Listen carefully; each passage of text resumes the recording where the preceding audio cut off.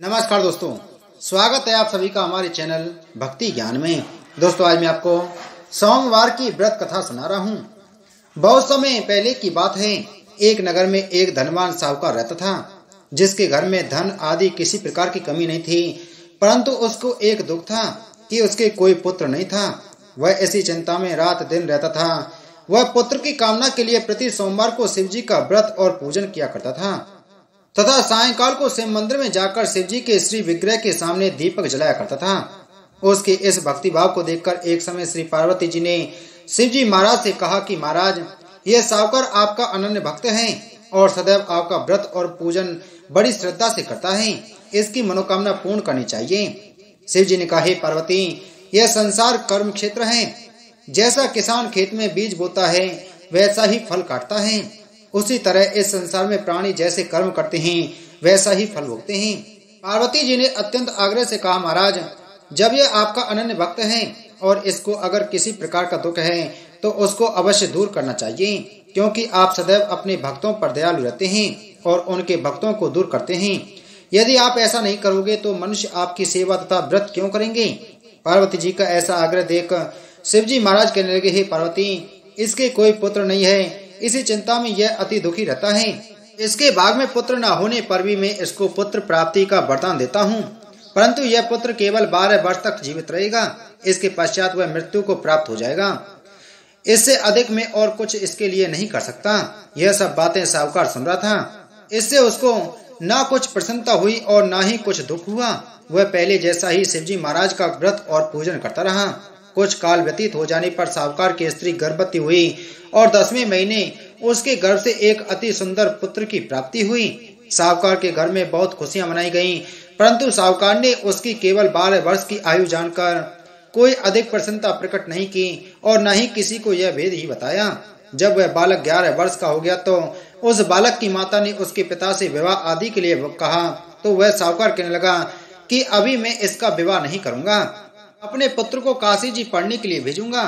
फिर साहूकार ने अपने साले अर्थात बालक के मामा को बुलाकर उसको बहुत सा धन देकर कहा, तुम इस बालक को काशी जी पढ़ने के लिए ले जाओ और रास्ते में जिस स्थान पर भी जाओ यज्ञ करते और ब्राह्मणों को भोजन कराते जाना। वह दोनों मामा भांजे यज्ञ करते और ब्राह्मणों को भोजन कराते जा रहे थे। रास्ते में एक शहर पड़ा।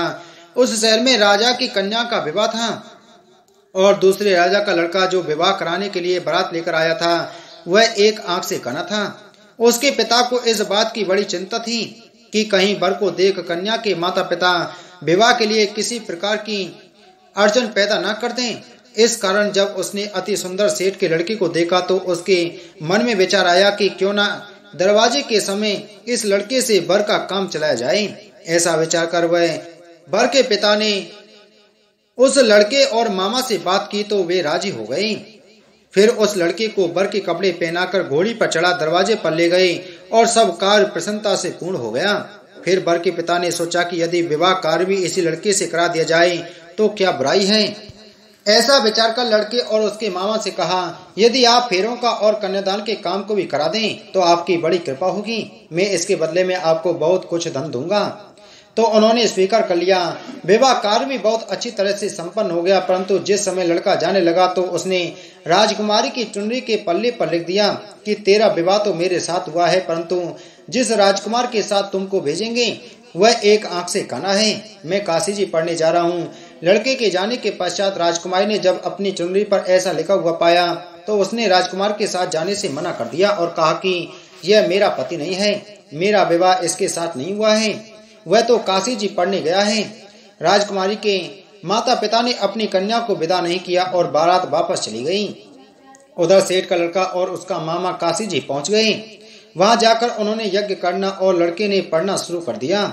जब लड़के की आयु 12 साल की हो गई, उस दिन उन्होंने यज्ञ रच रखा था कि लड़के ने अपने मामा से कहा, मामा जी, आज मेरी तबीयत कुछ ठीक नहीं है।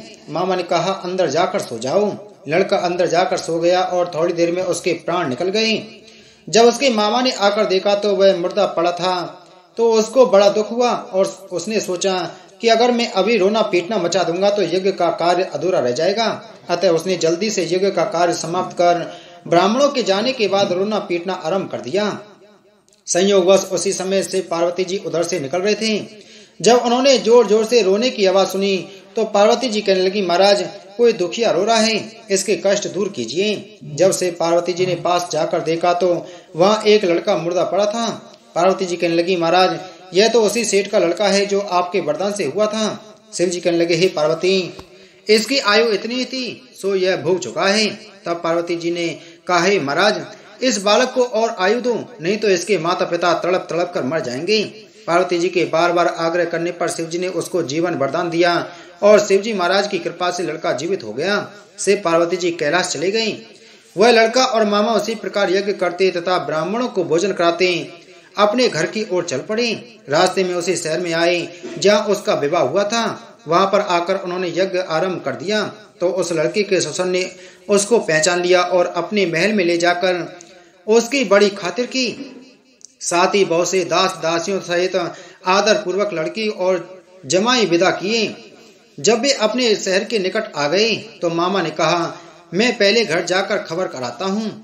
जब उस लड़के का मामा घर पहुंचा तो लड़के के माता पिता घर की छत पर बैठे थे और यह प्रण कर रखा था कि यदि हमारा पुत्र सकुशल लौट आया तो हम राजी खुशी नीचे आ जाएंगे, नहीं तो छत से गिरकर अपने प्राण त्याग देंगे।